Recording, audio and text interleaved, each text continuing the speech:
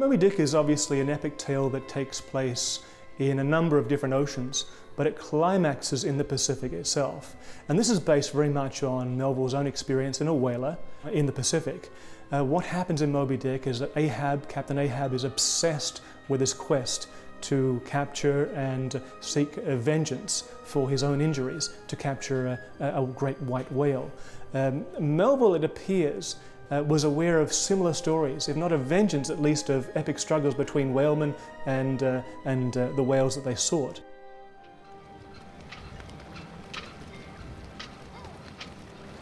The exhibit Cook, Melville and Gorgon, 3 Voyages to Paradise, is a collection of exquisite art, original artifacts and navigational instruments dating from the middle or early part of the 18th century right through to the early 20th century. And it chronicles the lives and works and stories behind 3 crucial people in the story of the Pacific. James Cook, the British navigator and explorer, Herman Melville, the writer of Moby Dick, and Paul Gauguin, the post-impressionist French painter. We have some truly extraordinary pieces of art and artifacts associated with Herman Melville himself.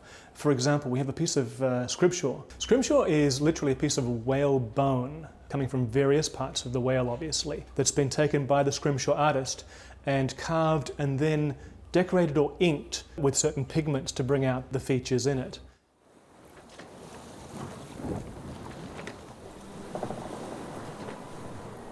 You can imagine being at sea for years at a time, what to do. This was one of the available things to do. You had plenty of whalebone lying around, and sailors obviously were very able with their hands, very accomplished in producing rope work and that sort of thing. So this is something of an extension of the sailor arts that were known about that period. Burdett himself, who was the producer of the scrimshaw that we have in this collection, was actually taken or died as a result of chasing a whale. His foot apparently caught in a harpoon line and he was dragged underwater and drowned and so on.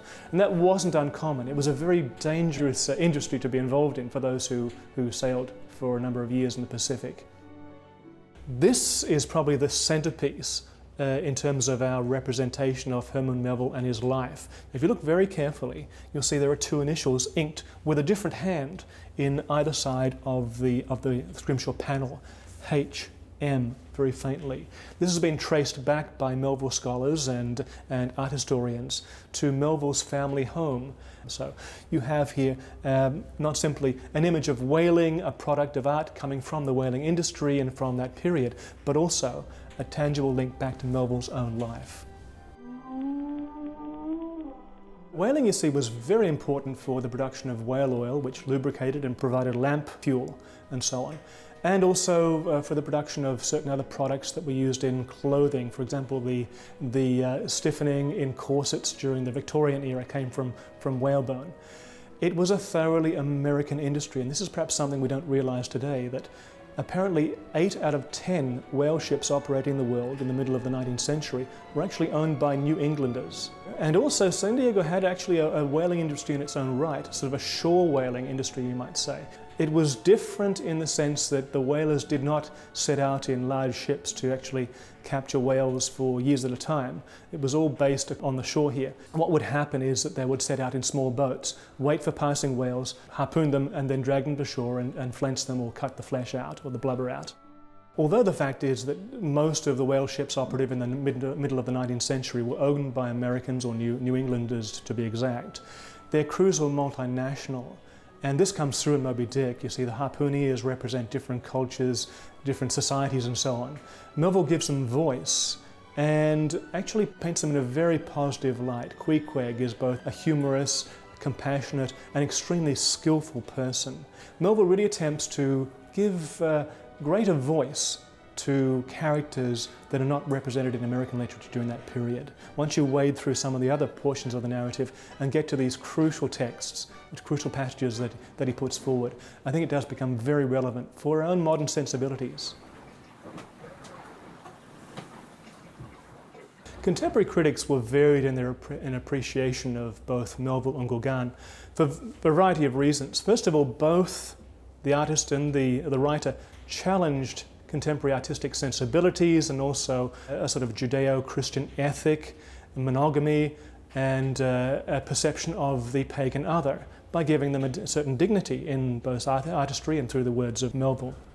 I think Melville and Gauguin were also united, even though they never met, they were united in their criticism of what they saw as the worst abuses of colonialism and indeed Christianization, or attempts to convert and co-opt indigenous cultures in the Pacific.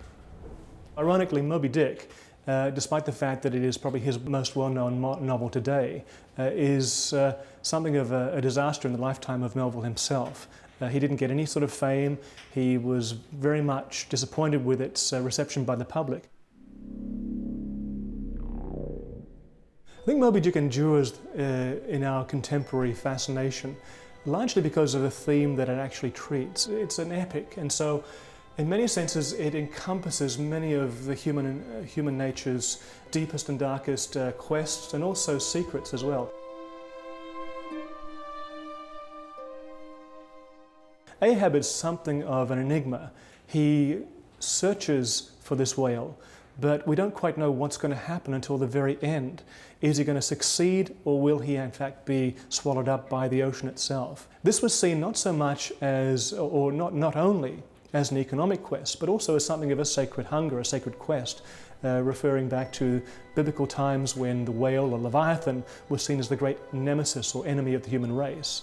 So epically, this really works well in Moby Dick, because here we have this struggle between human aspirations, vengeance, envy and so on, the quest for glory, and then the untamed beast from the sea, the Leviathan.